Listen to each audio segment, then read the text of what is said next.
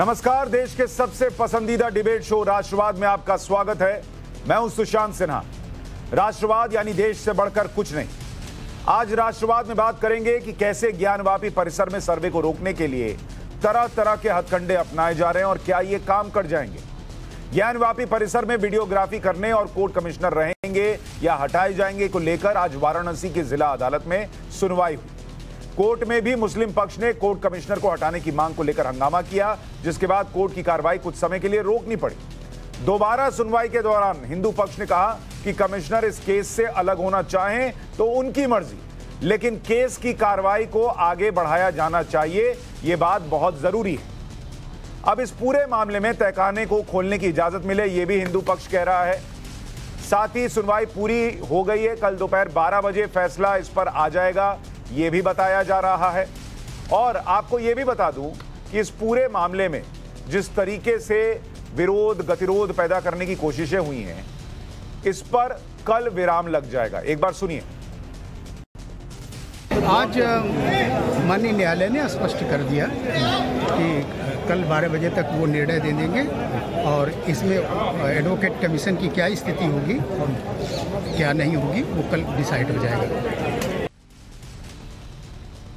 इससे पहले times now Navbharat से एक्सक्लूसिव बातचीत में कोर्ट कमिश्नर अजय मिश्र ने मुस्लिम पक्ष के आरोपों को गलत बताया और कहा कि उन्होंने कोर्ट के आदेश पर निष्पक्ष कार्रवाई की है। हमने न्यायालय से यही कहा है कि हमने अभी तक जो भी कार्रवाई किया है वो निष्पक्ष ढंग से, सद्भावपूर्वक और ईमानदारी से किया है। इसमें ऐसा कुछ भी नहीं किया जिससे किसी भी पक्ष को कोई कष्ट हो।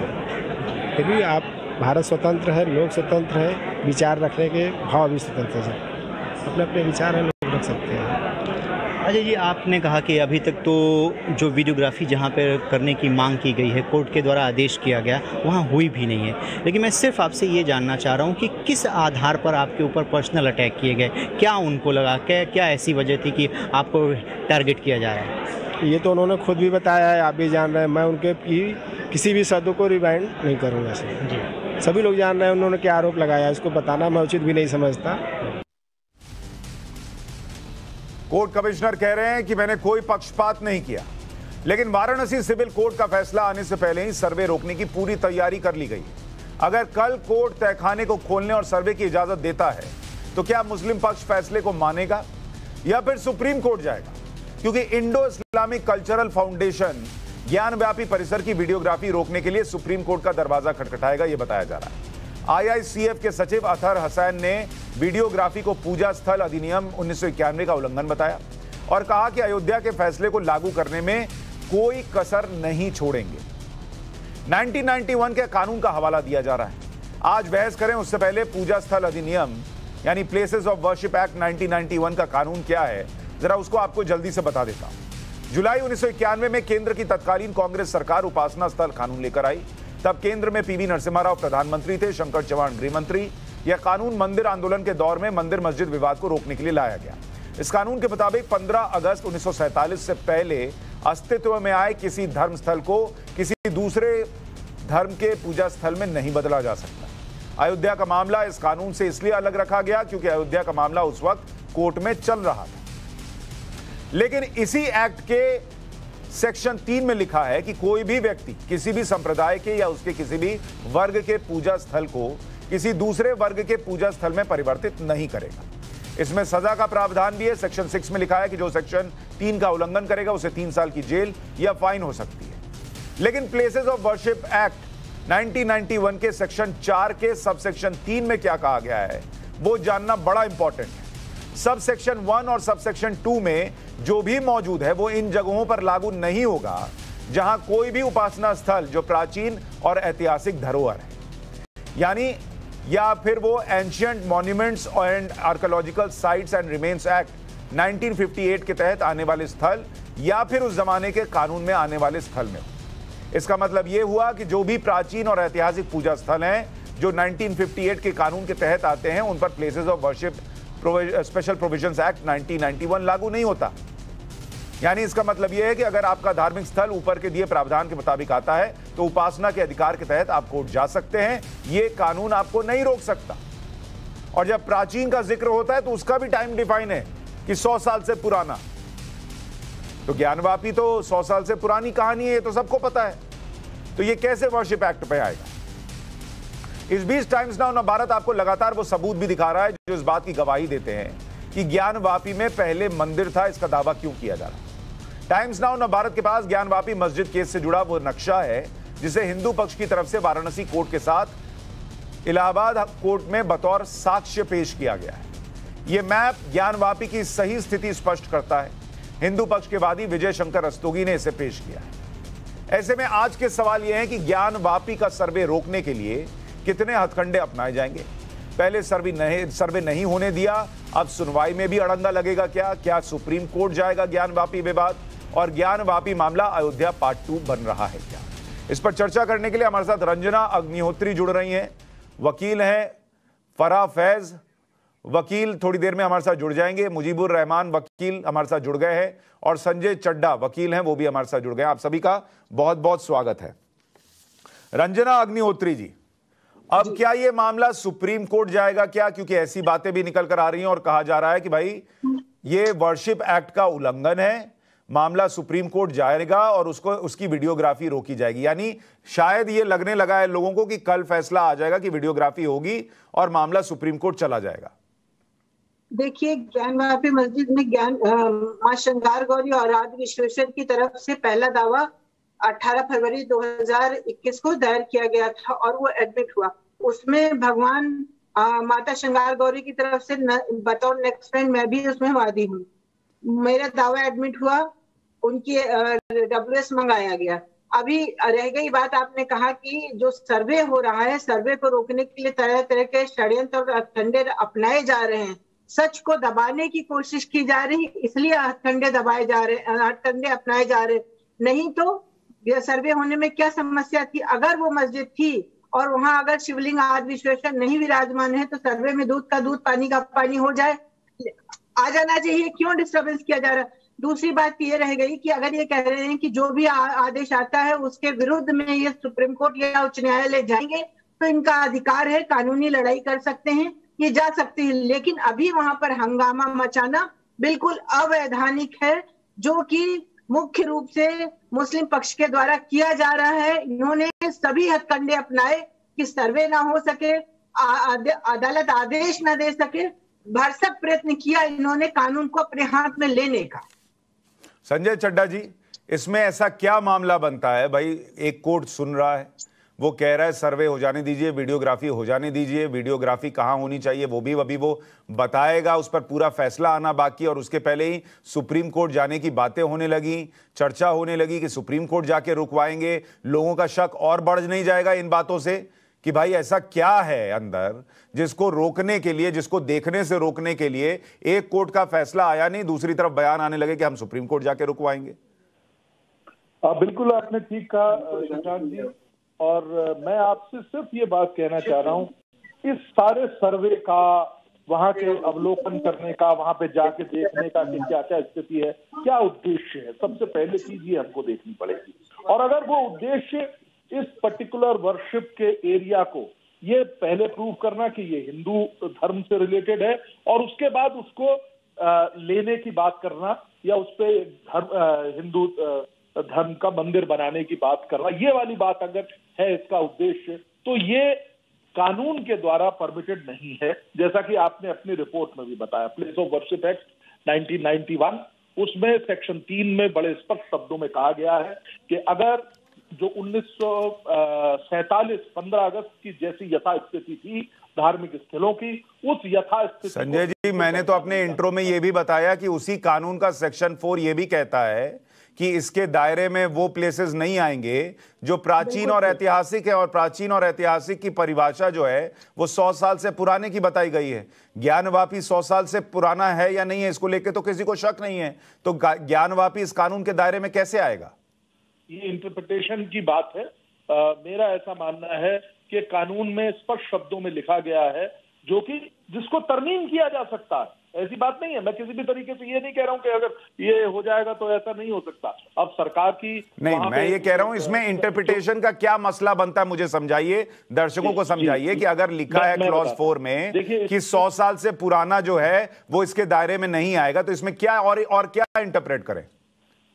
देखिए जो क्या उद्देश्य था ये देखना पड़ेगा इस 1991 के एक्ट का, जिससे कि कल देखिए मथुरा वाले, मैं एक एग्जांपल आपको दे रहा हूं, मथुरा वाला भी तो टेम्पल जो है वो सैकड़ों साल पुराना है। वहां पे क्या हुआ, निर्णय आया ना, सिविल कोर्ट ने उस सूट को निरस्त कर दिया। सुशांत जी आपको मालूम है इस चीज का? नहीं, निरस्त तो नहीं कर दिया। नहीं, 19 तारीख को फैसला जो आना है, 1991 का एक्ट निरस्त नहीं किया, 19 को जजमेंट आने वाला है। 19 को जजमेंट आनी है सर, संजय चड्डा जी। सर जो सिविल कोर्ट है उसने निरस्त कर दिया था उसको, अब अपील में गए हुए, उस अपील का जजमेंट। तो ठीक है, मैं वही कह रहा हूं कि अगर आपको वहां सिविल कोर्ट पर इतना भरोसा है तो यहां भी एक कोर्ट कह रही है वीडियोग्राफी होने दीजिए, और कोर्ट को आप आप कह रहे हैं कानून का इंटरप्रिटेशन कैसे होगा, वो इंटरप्रिटेशन तो फैसला सुनाने वाला यानी जज करेंगे।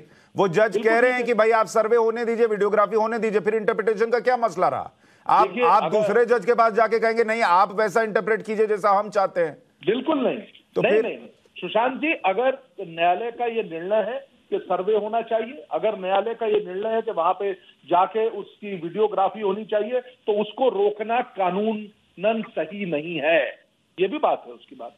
या तो आप जाके नहीं, लेकिन फराह फैज हमारे साथ जुड़ गई हैं। फराह फैज जी, मैं एक बात अभी तक नहीं समझ पा रहा कि जब अंदर कुछ है ही नहीं, जब अंदर मस्जिद के अलावा जो मुस्लिम पक्ष का दावा है कि कुछ नहीं है, तो इधर से उधर से इधर दौड़ दौड़ के ऐसे वैसे जैसे कैसे क्यों रोकने की कोशिश हो रही है वीडियोग्राफी ना हो? और अब कहा जा रहा है सुप्रीम कोर्ट भी चले जाएंगे। क्या ये सुप्रीम कोर्ट चले जाएंगे तो सुप्रीम कोर्ट इसको सुनेगा जब निचली अदालत कह रही है कि भाई आप यहां पे सर्वे होने दीजिए, वीडियोग्राफी होने दीजिए? देखिए सुशांत, ये सबसे बड़ा मसला है कि ये लोग जो है हर चीज को धर्म से जोड़ देते हैं।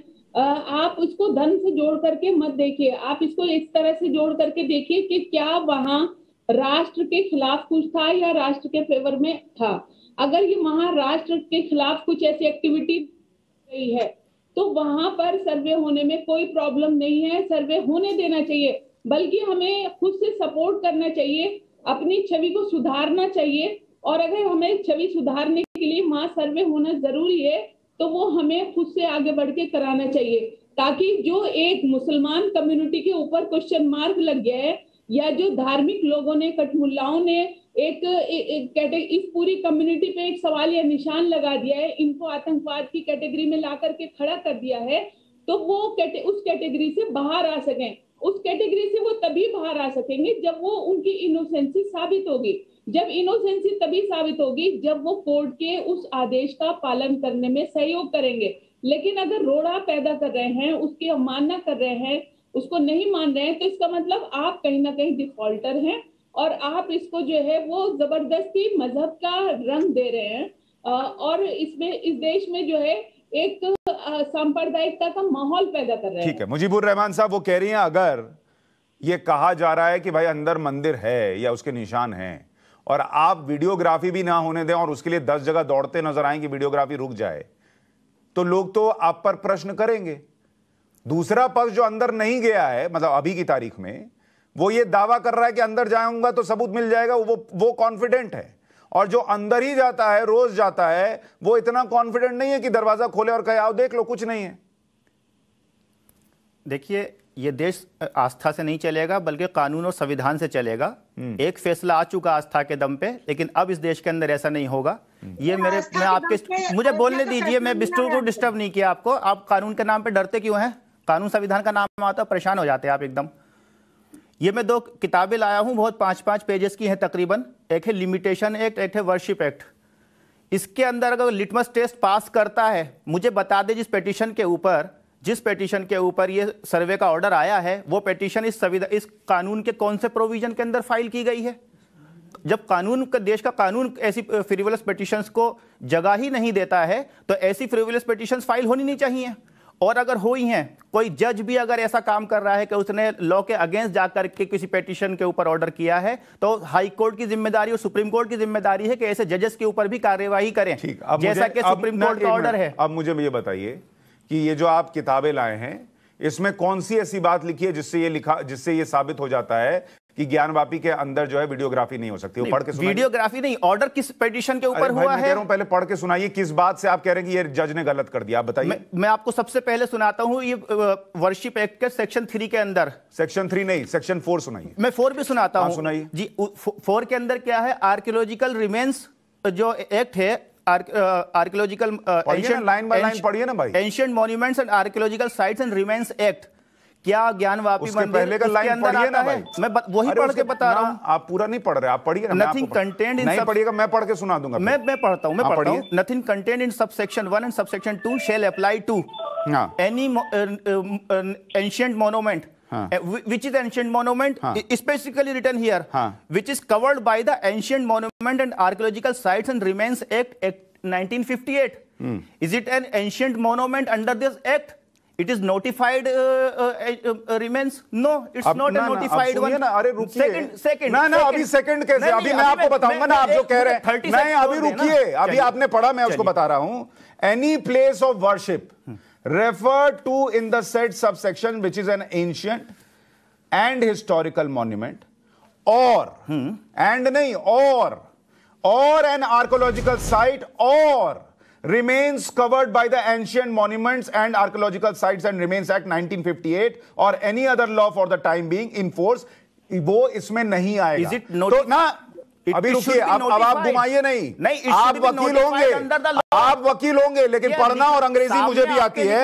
अब इसका हिंदी वर्जन मैं आपको बता दूं, इसका हिंदी वर्जन है कि कोई भी जगह जो पूजा की है और वो इन सबसेक्शन में आ रही है जिसमें कि वो प्राचीन है और ऐतिहासिक मॉन्यूमेंट है, प्राचीन और ऐतिहासिक मॉन्यूमेंट या आर्कियोलॉजिकल साइट और रिमेन्स में कवर्ड है bye the ancient monuments and archaeological sites and remains act 1958 या any other for the time being in force. Suicide कर लेगा आपका ये ट्रांसलेशन सुन करके। नहीं आप कीजिए, आप कीजिए, पहले आप टीवी पे कर लीजिए सुसाइड।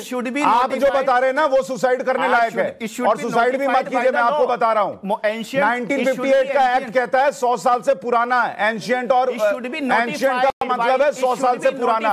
आप पढ़िए उसको, आप पढ़िए उसको और समझिए। मॉन्यूमेंट एंड और का बड़ा क्रिटिकल मतलब होता है। रंजना अग्निहोत्री, सेकंड थिंग, ना अरे आप नहीं, मैं नहीं दूंगा 40 सेकंड। अभी हम बढ़ेंगे, नेक्स्ट स्टेप पे जाएंगे। अभी पहले ये निपटा देना, जरा दर्शकों को समझ में आए। रंजना जी, 4 वकील बैठा है भाई, मुझे आप कह देंगे कि मेरे कहने पे जो है वकील सुसाइड कर लेंगे। वकीलों को सुन लेते हैं। रंजना अग्निहोत्री जी, ये जो क्लॉज 4 और उसका सेक्शन में अभी बता रहा हूं, उसमें क्या ये ज्ञानवापी आता है या नहीं आता, बताइए। हमारा जो वाद है ज्ञानवापी माता श्रृंगार गौरी के, उसके पायरा 95 में बिल्कुल स्पेसिफिक हमने मेंशन किया है, उसमें स्पेसिफिक रूप से लिखा है कि सेक्शन 91 का बार नहीं हम पर अप्लाई होता। दूसरी बात, इन्होंने कहा कि कोर्ट ने एक फैसला आस्था के आधार पे किया। जिस फैसले को राम जन्मभूमि वाले फैसले को बता रहे, वो आस्था के आधार पर नहीं किया गया। साक्ष्यों, प्रमाणों, rarest of rare books. Ranjana ji देखिए, मैं राम मंदिर फैसले पर जो कोई भी कुछ कहता है मैं उस पर इसलिए नहीं जाता क्योंकि उससे समय जो है वो भटकता है और मुद्दा भी भटकता है। जो फैसला आना था, क्यों आया, कैसे आया, देश को पता है। जिसको जो कहना है वो कहने दीजिए। आप इस मुद्दे पर बताइए, जो इंटरप्रिटेशन है इस लाइन का वो ठीक है या गलत है? ये पढ़ें, और जो कह रहे हैं सुसाइड करने की बात, पहले ये पढ़ें तो तब सुसाइड करें। लिमिटेशन एक्ट, लिमिटेशन हमारे ऊपर कोई लागू नहीं होती है, इनको आंख खोल करके पढ़ना चाहिए। ठीक है, फराह फैज जी, आपके हिसाब से इन पंक्तियों का आशय क्या है और क्या वो ज्ञानवापी पर लागू होता है या नहीं होता है? बिल्कुल होता है। देखिए सुशांत, इन लोगों का ये बहुत पुराना फंडा है कि कानून को ये अपने तरीके से घुमा देते हैं। ये जो कानून की सोल और स्पिरिट है, ये उसको अपने हिसाब से डाइवर्ट करते हैं, अपने हिसाब से पढ़ते हैं, अपने हिसाब से इंटरप्रेट करते हैं। अगर कोई इंटरप्रिटेशन इनकी मर्जी के खिलाफ आप बता दें इंटरप्रिटेशन, आप वकील हैं, आप बता दें इंटरप्रिटेशन, हम सुन रहे हैं। हमें ज्ञान, आप हमें ज्ञान दे दें, आप अपना इंटरप्रिटेशन बताएं हमें। नहीं, आप अपील में नहीं, आप बताइए ना, अभी मौका मिल रहा है आपको, आपके जरिए देश भी जान जाएगा। सही इंटरप्रिटेशन आप बताएं ना। फराह जी, वो क्लॉज ये कहता है कि एंशिएंट एंड हिस्टोरिकल मॉन्यूमेंट वो जो है वो इसके दायरे में नहीं आएगा, और 1958 का एक्ट कहता है एंशिएंट और हिस्टोरिकल का मॉन्यूमेंट मतलब जो 100 साल से पुराना हो। तो क्या ज्ञानवापी एंशिएंट और हिस्टोरिकल में आएगा या नहीं आएगा? बिल्कुल आएगा, क्यों नहीं आएगा? इंटरप्रिटेशन तो बता दें आप फराज जी पहले। अरे भाई, इंटरप्रिटेशन में वही तो शब्द है, और क्या है? एंशिएंट और हिस्टोरिकल मॉन्यूमेंट, वो ज्ञानवापी है या नहीं? आप बताइए, बता दें अपना ज्ञान, क्या ज्ञानवापी एंशिएंट और हिस्टोरिकल है या नहीं? आप बता दीजिए कैसे। If it's notified then it's ancient, if it's notified under any act और under the ancient monument act then it's considered ancient. उसमें even if a site is thousands years old. अरे भाई सुनिए मेरी बात, सुनिए, लाइन को घुमाइए नहीं, आपको फिर लाइन पढ़ के सुना रहा हूं। Any place of worship referred to in the said subsection which is an ancient and historical monument, और अगर वो नोटिफाई होने की बात होती तो ये और लगाने की बात ही नहीं थी, आइए ना, वो सीधा कहता। और का मतलब होता है कि इसके अलावा वो आर्कियोलॉजिकल साइट और remains covered by the ancient monument and archaeological sites and remains act 1958 और एनी अदर लॉ और the timing in the force, यानी it should be either in the ancient monument act और any other law. ठीक है, it should be notified. कहां? अरे law नहीं लिखा है ना, दिस इज मुझे either in the ancient monument law.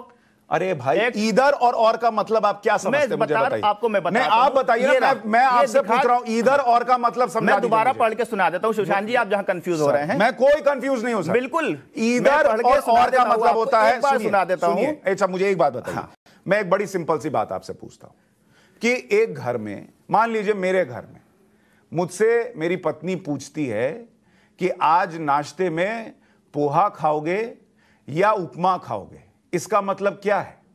वो मुझसे उम्मीद करती है कि दोनों में से कोई एक बोलूंगा तो वो एक जो है वो मेरी चॉइस होगी, दोनों में से कोई भी एक हो सकती है। लेकिन जब वो मुझसे ये पूछती है कि आज पोहा और उपमा खाओगे, तो इसका मतलब होता है कि मैं दोनों बोलूंगा तभी लागू होगा, कि दोनों साथ में बना है और दोनों साथ में खाना है। आप तो और या का मतलब समझिए सर। मैं बता रहा हूं आपको कहां है। और अरे sir, any place of worship refer to in the said फिर लाइन पढ़ रहा हूं, विच इज एन, फिर लाइन पढ़ रहा हूं आपके लिए। Any place of worship refer to in the said subsections which is an ancient and historical monument और तो फिर अभी आप कह रहे हैं और आइए ना, आगे पढ़िए ना। अरे भाई और आ गया ना, और इन आगे क्यों पढ़ूं? मुझे और इन आर्कियोलॉजिकल साइट्स और रिमेन्स। संजय चड्डा जी, रिमेन्स, संजय चड्डा जी, आपने जीवन में कभी एग्जाम दिया है? Covered by the ancient. अरे रुकिए सर, मैं सुनिए, दो वकील, बी और सी और D covered by the act. This is A और बी और सी और D covered by the act. Sanjay Chadda ji, मुझे कवर्ड बाय दिस एक्ट और एनी अदर लॉ। मेरी बात सुन लीजिए संजय चड्डा जी, मैंने जीवन में कई एग्जाम दिए, आपने भी दिए, सब पढ़ लिख कर यहां पहुंचे। जब उसमें यह लिखा होता था कि आप निम्नलिखित में से ए या बी या सी या डी को चुनिए, तो उसका मतलब क्या होता था कि इन चार में से किसी एक पे A B and C and D और डी, इट्स ए और बी और सी अंडर दिस एक्ट और एनी अदर एक्ट। ए और बी और सी और डी अंडर दिस एक्ट और any other act. There should be an act. अब मैं either for A there should be an act, for B there should be an act, for C there should be an act. My Lord, अगर आपकी इजाजत हो तो मैं संजय चड्डा जी से पूछ लूं। ठीक है, अब माय लॉर्ड ने इजाजत दी है तो संजय चड्डा जी, मेरा प्रश्न यह है कि जब प्रश्न पत्र में लिखा होता था कि ए या बी या सी या डी, इनमें से किसी एक पर निबंध लिखिए, तो मैं किसी भी एक पर लिख सकता हूं और मुझे उस पर नंबर मिलेंगे, या मैं चारों पर लिखूंगा या चारों पर लिखने पर ही मुझे नंबर मिलेंगे? मुझे इतना बता दीजिए। पहला सवाल का जवाब ये कि किसी एक पे ही आप लिखिए, किसी एक पे। तो और का मतलब यही होता है, अगर कानून में भी है कि अगर और तो कोई भी एक अगर जस्टिफाई हो गया तो जस्टिफाई हो गया, बाकी तीन में आए ना आए। आप मुझे अब 1 मिनट का मौका दीजिए। अब आप लीजिए, अब आप लीजिए। जैसा आपने कहा सेक्शन 4 में ये कवर्ड हो गई, अगर सेक्शन 4 में ये कवर्ड हो जाएगी तो एंशिएंट मॉन्यूमेंट एक्ट जो प्रोविजंस हैं वो अगर इस पे लागू हो जाएंगे तो फिर किसी भी हाल में इसको कन्वर्ट या कुछ भी नहीं किया जा सकता, इसको यथास्थिति में ही रखना पड़ेगा। ये मैं बताना चाहता हूं आपको। अगर उन लॉज में कवर्ड है प्रॉपर्टीज, उनकी 100 मीटर की दूरी तक की प्रॉपर्टीज को आप छेड़ नहीं सकते। ठीक है, अब मैं आपसे तो ये कह रहा हूं कहने का भाव ये, तो मैं ये आपसे कह रहा हूं कि जो आप आसमान से टूटे और खजूर पे लटके वाला। नहीं, मैं बिल्कुल खजूर पे नहीं लटक रहा हूं। मैं अभी आपसे ये कह रहा हूं कि एंशिएंट और हिस्टोरिकल मॉन्यूमेंट एक्ट नहीं है सर, एक्ट वाली लाइन और के बाद आती है, इस बात को समझिए। जब वो ये कह रहा है कि या तो प्राचीन या ऐतिहासिक धरोहर होनी चाहिए, जो एक्ट में दायर है वो धरोहर नहीं होनी चाहिए, लेकिन एक्ट में प्राचीन और ऐतिहासिक की परिभाषा क्या है? ये कौन बताएगा कि ये प्राचीन और ऐतिहासिक धरोहर है? इसके लिए तो हमको एक्ट की शरण में जाना पड़ेगा मेरे। ठीक है, और एक्ट ये कहता है सर कि प्राचीन और ऐतिहासिक आप उसको मानेंगे जो 100 साल से पुराना हो। पुराना है, 100 साल से पुराने में एंशिएंट मॉन्यूमेंट एक्ट लग जाता है। अरे ये भी तो कानून है। पर अगर वो एक्ट लग ही रहा होता सर तो और क्यों लिखता कानून के अंदर? नहीं सर, फराह फैज जी मुझे ये बताइए। ठीक है, मैं कह रहा हूं वकील बैठे उनसे, फराह फैज जी जरा इस कंफ्यूजन को दूर कीजिए। देखिए, और का मतलब यही है कि जितने भी प्रोविजंस इसमें दिए हुए हैं और के साथ में, उनमें से अगर कोई भी एक क्लॉज जो है वो सेटिस्फाई हो रहा है तो वो अप्लाई हो जाएगा। लेकिन अगर आप ये कहें कि नहीं ये बाद में आ रहा है, ये पहले आ रहा है, ये ऐसे हो रहा है, तो इनके जो क्लैरिफिकेशन है वो बिल्कुल गलत है। जो भी एक्सप्लेनेशन ये लोग दे रहे हैं, अंडर द एक्ट नोटिफाइड होना जरूरी है कि नहीं अकॉर्डिंग टू द सेक्शन? बस इतना बता दें, आप तो वकील हैं ना, देश सुन रहा है, बताइए आप। मैं पूछ रहा हूं, आप ये बताएं कि अंडर द लॉ नोटिफाइड होना जरूरी है कि नहीं, इस सेक्शन के हिसाब से ये बता दें आप। नहीं, आप इसका पूरा क्लॉज पढ़िए ना। आप पढ़ के बता दो ना, मैं इसलिए तो कह रहा हूँ देश सुन रहा है, आप वकील हैं, आप बता दें जनता को कि भाई सही क्या है। वही मैं बता रही हूँ, इसमें ये कहा है any place of worship referred to in the said subsection which is an ancient and historical monument. और मतलब या तो उसका ये वाला क्लॉज सेटिस्फाइड हो रहा है जी, या उसके बाद और के बाद कहा है एन आर्कियोलॉजिकल साइट, और या फिर किस साइट में आ रहा हो, और उसके बाद फिर और आता है। हाँ, और आगे आइए, एंशिएंट मॉन्यूमेंट और रिमेन्स हाँ, और या इधर आर्कियोलॉजिकल सर्वे साइट और रिमेन और XYZ और कवर्ड अंडर दिस एक्ट। अरे भाई मेरी बात सुनिए, एडवोकेट छोड़िए ना, ये तो सीधी सिंपल अंग्रेजी की बात है। अंग्रेजी नहीं आएगी तो नहीं समझ में आएगा। चड्ढा साहब मुझे ये बताइए, एक मिनट रुकिए, अरे रुकिए, बड़ी सिंपल बात है। इसमें वकील होने का रॉकेट साइंस नहीं है, इसमें अंग्रेजी आनी चाहिए। और अंग्रेजी ये कहती है, चड्ढा साहब सुनिए, any place of worship referred to in the said subsection which is an ancient and historical monument. यानी ए नंबर आया कि या तो वो ऐतिहासिक है। अभी सेंटेंस बंद नहीं हुआ, आगे पढ़िए। भाई मेरी मतलब बात निकालिए यहीं। अरे भाई मैं आप एंकरिंग करूं या आप वकालत भी करेंगे, एंकरिंग भी आप ही करेंगे, बताइए। आप एंकरिंग करिए, मैं तो अब रुकिए, बीच में मत बोलिए। अब मुझे बोलने दीजिए ना जो मैं बोलना चाह रहा हूं। रुकिए, अभी मैं ये कह रहा हूं पहला क्लॉज क्या है कि प्राचीन और ऐतिहासिक होनी चाहिए। पहला ऑप्शन ए ये है, प्राचीन और ऐतिहासिक। ठीक। ऑप्शन 2 क्या है? या तो वो आर्कियोलॉजिकल साइट और remains covered by the ancient monuments and archaeological sites and remains act 1958 के अंदर आता हो। नहीं, ऐसा नहीं है। मैं बता दूं क्या है, मैं हिंदी में ही बता देता हूं। अरे आप, या तो वो कोई हिस्टोरिकल मोन्यूमेंट होना चाहिए, या कोई वो आर्कियोलॉजिकल साइट होनी चाहिए, या कोई रिमेन होना चाहिए। 3 चीजें की हैं। ठीक। They are 3 things. ठीक। या तो वो हिस्टोरिक, या कोई आर्कियोलॉजिकल साइट हो, या कोई रिमेन हो। ठीक। अब now covered by the ancient monument and archaeological sites and remains act और एनी अदर एक्ट, तो ये तीनों चीजें किसी भी लॉ के अंदर कवर्ड होनी चाहिए। They should be notified by the law of the ancient monuments act. This is simple answer. इसका हिंदी में अगर गूगल पे भी ट्रांसलेशन डालेंगे तो यही आएगा। जी, मैं आपसे यही कह रहा हूं। फिर अगर मान लीजिए थोड़ी देर के लिए वो 100 साल से पुराना है और एक्ट के अंदर आता है, तो क्या ज्ञानवापी उसके अंदर आता है या नहीं आता है? सिंपल जवाब दीजिए रंजना जी।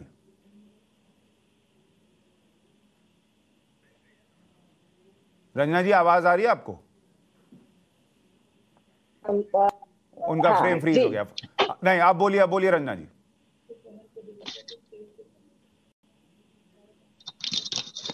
ये जो एनी अदर एक्ट की बात हो रही है, Kashi Vishwanath act special act है, उस एक्ट के तहत हम कवर्ड होते हैं, उस एक्ट में हम कवर्ड हैं। फिर से बोलिए, आपकी आवाज कट गई थी, आप पूरी बात कहिए। आ रही है आवाज? हाँ, अब आ रही है। ये जो एनी अदर एक्ट की बात हो रही है, एनी अदर एक्ट, हाँ, काशी विश्वनाथ स्पेशल एक्ट बना हुआ, उस एक्ट से हम कवर्ड हैं। मुजीबुर रहमान साहब। अब दूसरी, अगर मान लीजिए प्लेसेस ऑफ वर्शिप एक्ट को कोई चीज जो है पास करती है, इस लिटमस टेस्ट को पास करती है, अगर करती है तो अगर करती नहीं करी, अब आता है लिमिटेशन एक्ट। अरे रुकिए, पहले ये वाली पास कर गई या नहीं की, पास नहीं किया। रंजना जी ये कह रहे हैं अभी भी पास इसको नहीं पास किया। अगर कोई और XYZ कोई और मुद्दा इसको पास करता है अगर वर्शिप एक्ट को, आप मुझे बोलने दीजिए, मैं डिस्टर्ब नहीं करता हूं। उन्होंने बताया कि कौन से एनी अदर एक्ट में काशी विश्वनाथ कवर होता है। अब वो कैसे नहीं है, आप ये समझाइए, तब मामला आगे बढ़े। लिमिटेशन पे आ गए, जब लिमिटेशन की बात हम दोनों पे हैं, दोनों लिटमस टेस्ट है, दोनों देश भाई उन्होंने कहा काशी विश्वनाथ कवर्ड है, आप उसका काउंटर दीजिए ना कि कैसे कवर्ड नहीं है। हम बता तो रहे कि लिमिटेशन डेटी पर लगता है। आपने अगर सुप्रीम कोर्ट पढ़ा हो फुल विचकार राम जन्मभूमि, अरे नहीं, हमने कहाँ पढ़ा है। नहीं पढ़ लीजिए, अगर नहीं पढ़ा आप भेज दे तो पढ़ लेंगे। अरे बिना वजह की बातें मत करिए, तो आप भी तो सीधी सीधी बात करिए ना। आप मुजीबुर रहमान साहब वो क्या गलत कह रही हैं, आप जबरदस्ती उनको टोक रहे हैं। नहीं पढ़ा तो फिर शो में क्यों आए आप? बोलते मुझे नहीं पता है, आप बताइए, आप उन पे ताने क्या कस रहे हैं? नहीं बिल्कुल, वो शुरुआत किसने की है? शुरुआत वो आप पे ताने थोड़ी कस रही है, वो तो फैक्चुअल बात कर रही है, वो फैक्चुअल बात कर रही है, आप उनको फैक्चुअली बता जवाब दीजिए। कानून वो बताए सेक्शन, कौन से सेक्शन में जो है ये सूट फाइल होगा इनका, कौन से सेक्शन में जो है अपील जाएगी इनकी, बताइए ना कौन सा लागू होता है। आपका सवाल का जवाब है। रंजना जी जवाब दीजिए, क्या कह रहे हैं? पूछिए, क्या पूछ रहे हैं, पूछिए। श्रृंगार गौरी का केस, श्रृंगार गौरी माता श्रृंगार गौरी विराजमान, deity itself is plaintiff in the case, और डेटी के ऊपर लिमिटेशन नहीं लगता है। कहाँ, कौन सा पैरा है वो?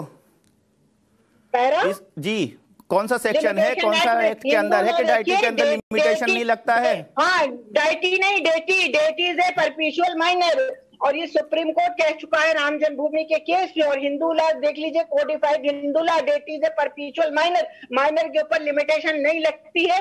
और यही बात हमारी तरफ से दावे में श्री हरशंकर जैन जी ने बहुत मजबूती से कोर्ट के सामने रखा। कोर्ट ने उनकी बात को, ठीक है, अब मैं बस इतना कह रहा हूं, तभी मेरा दावा एडमिट हुआ। ठीक है, दावा एडमिट हुआ। चड्ढा साहब, अगर कोर्ट ने दावे को एडमिट कर लिया और जब दावे पर बातचीत होने लगी, इसका मतलब कोर्ट ने यह माना होगा ना कि भाई ये हो सकता है। और उसके बाद सारी बहस चली, अंदर मुस्लिम पक्ष ने यह भी नहीं कहा कि भाई ये ऐसा नहीं होगा, वैसा नहीं होगा। जब वीडियोग्राफी की बात आ गई और अब वीडियोग्राफी पर कल फैसला आना है, और अब आप एक पक्ष कहे दूसरी तरफ से कि भाई हम सुप्रीम कोर्ट चले जाएंगे, तो लोग और शक करेंगे ना भाई कि जब इधर अभी फैसला ही नहीं आया, आप सुप्रीम कोर्ट क्यों जा रहे हो? क्या जरूरत है उसकी? बिल्कुल जायज आप बात कर रहे हैं। देखिए, आपकी बात में मैं इस बात से पूर्णतः सहमत होता हूं कि जैसे रंजना जी ने कहा, उन्होंने दावा पेश किया और वो दावे को न्यायालय ने स्वीकार किया। देखिए, जुरिस्डिक्शन को पहले उन्होंने चेक किया होगा, तो हम किसी भी तरीके से, अब अगर कोई निर्णय आता है तो दूसरे पक्षकारों के पास पूर्ण अधिकार है, वो लोग अपील पे जा सकते हैं, ये उनका राइट है। और ये रंजना जी ने फाइल किया, ये उनका राइट है। तो मैं जहां तक वो पर्टिकुलर पॉइंट है कि गलत निर्णय आएगा या सही निर्णय आ गया, या ये है कि इसको विद इन लिमिटेशन करना चाहिए था, वो सारी चीजें मेरे हिसाब से कोर्ट ने जरूर अवलोकित की होंगी। दूसरा प्रश्न मेरे मन में यह है, या लोगों के मन में यह होगा मुजीबुर रहमान साहब, कि अगर मसला इस बात का था कि ये वीडियोग्राफी या ये सर्वे जो है वो 91 के वर्शिप एक्ट के हिसाब से नहीं है, और मान लीजिए थोड़ी देर के लिए कि कोर्ट ने, लोअर कोर्ट ने इस पर गलत तरीके से इसको जो है वो संज्ञान में ले लिया कि भाई हम इसको सुनेंगे और इस पर कार्रवाई करेंगे, तो उसी वक्त हाई कोर्ट या सुप्रीम कोर्ट क्यों नहीं गए? आज जब जजमेंट आना है, हाई कोर्ट गए थे, इनकी पिटीशन खारिज हो गई, सुप्रीम कोर्ट क्यों नहीं गए उसी वक्त? हाई कोर्ट ने खारिज किया, ये बात वो सही कह रही हैं। सुप्रीम कोर्ट तभी चले जाते। अब जब कल फैसला आना है, उसके पहले ये बातें कि हम सुप्रीम कोर्ट जाके वीडियोग्राफी रोकवा देंगे, तो और तो मन में बैठेगी ना बात कि भाई कुछ है जो छुपा रहे हैं। मुजीबुर रहमान साहब, नहीं, सुप्रीम कोर्ट जाने में कोई क्या बुराई है? अरे भाई, अगर कोई गलत नहीं हो रहा है, वो अगर वो ऑर्डर सही है और वो इस तरीके का सर्वे होना सही है, तो सुप्रीम कोर्ट फैसला कर देगा उनके हक में। सही है, पर मैं आपसे ये कह रहा हूं कि बात यहाँ कानून की है ना, क्योंकि वो कानूनी तौर पे गलत है, वो पिटीशन, वो फ्रीवलेस पिटीशन है, वो जो एलिजिबल नहीं है। जो सुप्रीम कोर्ट जा रहे हैं उनका तर्क ये है कि 91 के वर्शिप एक्ट के तहत ये होना ही नहीं चाहिए। ठीक, अब जब हाई कोर्ट ने वो तर्क खारिज कर दिया और लोअर कोर्ट सुनते सुनते सुनते आज यहां आ गया कि वो कह रहा है कल मैं फैसला सुनाऊंगा, तो अगर ये बात 91 के एक्ट के हिसाब से वाजिब नहीं थी तो डे वन ही सुप्रीम कोर्ट चले जाना था, या हाई कोर्ट ने जब खारिज किया तभी सुप्रीम कोर्ट जाना था। भाई हाई कोर्ट से खारिज होने के बाद अगला स्टेप सुप्रीम कोर्ट है ना। लोग नहीं गए हैं तो इसका मतलब ये थोड़ी सी अपॉर्चुनिटी क्लोज हो गई, वो कोई भी कभी भी जा सकता है ना। कोई यहाँ सिंगल कोई रेस्पोंडेंट तो है नहीं, ये तो कम्युनिटी का मामला है, कोई भी XYZ जाता है। ये इतना एसेंशियल मुद्दा मान रहे हैं तो काहे बात का वो इंतजार नहीं, वो बैठे हुए थे कि अब जब फैसला आने लगेगा तब हम सुप्रीम कोर्ट जाएंगे। किस बात का इंतजार कर रहे थे जिस दिन अगर ये इतना हम इसको डिसमिस होने का इंतजार कर रहे थे, डिसमिस होने का इंतजार, जैसे कि मथुरा वाला डिसमिस हुआ था नीचे कोर्ट से, ऐसे डिसमिस होने का। ये नहीं पता था कि इस तरीके का जो है अनऑफिशियल प्रोसीडिंग्स इस तरीके से चलेगी, अगेंस्ट द लॉ प्रोसीडिंग्स होंगी कोर्ट के अंदर, कोर्ट के अंदर इस तरीके की प्रोसीडिंग होंगी, ये नहीं पता था। इसको डिसमिस होना था according to the law of the land, ये this petition should be dismissed. अच्छा एक मिनट, अकॉर्डिंग टू द एक मिनट फराजी, एक मिनट फराजी, एक मिनट फराजी, फराफैज जी एक मिनट, इनके हिसाब से ये देश के कानून के हिसाब से चल रही सुनवाई नहीं और ये खारिज हो जानी चाहिए थी क्योंकि ये 91 के वर्शिप एक्ट का उल्लंघन है। ये आपको समझने में कि खारिज हो जानी चाहिए थी क्यों समय लगा? खारिज होनी थी तो शुरू में ही होनी थी कि भाई नहीं सुन सकते इसको। हाई कोर्ट ने जैसे बोल दिया कि भाई सुनना है नहीं खारिज कर सकते, लोअर कोर्ट ने भी कह दिया सुनना है। ये आपको समझ में क्यों नहीं आया लास्ट तक? आप ही से पूछ रहा हूं मुजीबुर रहमान। नहीं, अरे भाई मैं नहीं हूं ना उसके अंदर, और जो लोग हैं कौन लोग गए हैं, किसके पास गए हैं? नहीं है तो चड्डा साहब की तरह बोलिए कि जो ठीक है वो ठीक बोलिए, जो गलत है गलत बोलिए, जबरदस्ती नहीं, जो सही है मैं सही बोलूंगा ना, फिर उस चीज को जो सही है सही बोलूंगा। सही नहीं बोल रहे ना, सही ये है आप कोर्ट को भी सवाल खड़ा कर दे रहे हैं। बिल्कुल सवाल, कैसे सवाल खड़ा कर देंगे आप? सवाल खड़ा कैसे खड़ा कर देंगे? राइट तो पहले जाकर खड़ा करना था सुप्रीम कोर्ट में। अब निर्णय के पहले जो है आपको समझ में आ रहा है। अब आप डर क्यों रहे अगर हम अभी जा रहे हैं? अरे डर कौन रहा है? डर तो वो रहे जो वीडियोग्राफी नहीं होने दे रहे। डर तो वो रहे जो वीडियोग्राफी नहीं होने दे रहे। डरने की क्या बात है? मुजीबुर रहमान, डर तो आप रहे हैं। हम तो कानून की बात कर रहे हैं, हमें डरने की जरूरत नहीं है। लगता है सर, हम तो कानून की बात करते हैं सर, डरते नहीं है हम। कानून की बात है, देश का कानून चलेगा, कोई नहीं, चाहे उसके लिए हमें सुप्रीम कोर्ट भी जाना पड़े। जा रहे हैं ना, तो क्या दिक्कत है? अभी तो आप कह रहे थे कि जो जज ऐसे फैसले देते हैं उनके खिलाफ बिल्कुल, हाँ, प्रोविजन बिल्कुल होना चाहिए। अभी सुप्रीम कोर्ट ने 3 दिन पहले किया है ना, यूपी के ही एक डिस्ट्रिक्ट जज के खिलाफ, जज can not act against the law. एक जज जो है कानून के खिलाफ काम नहीं कर सकता है, अगर करेगा तो उसके ऊपर कार्रवाई होनी चाहिए। सारी समझ इस पैनल में 3 लोग कह रहे हैं, संजय चड्ढा भी कह रहे हैं, रंजना जी भी कह रही हैं, फराजी भी कह रही हैं, उनकी समझ सब गलत, जज साहब गलत, हाई कोर्ट गलत। मुजीबुर रहमान को इस देश में जो है चीफ जस्टिस बना देना चाहिए। इनको सब समझ है, बाकी किसी को समझ नहीं आ रहा। बिल्कुल